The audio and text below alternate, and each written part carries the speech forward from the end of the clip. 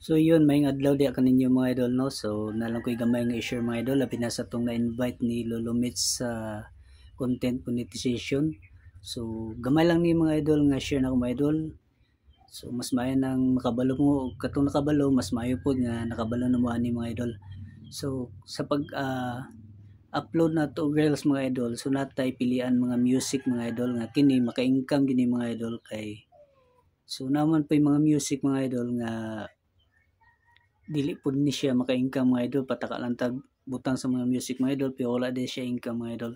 So kani mga idol akong ipakita. So halimbawa mga idol na siya mag-share ko og video sa akong reels. So tanawan niyo mga idol. So halimbawa mo ni akong video nga gipili mga idol, no. So kana then mag-add din ko og music mga idol. So diri mga idol makita nimo ang mga music is na ay royal free.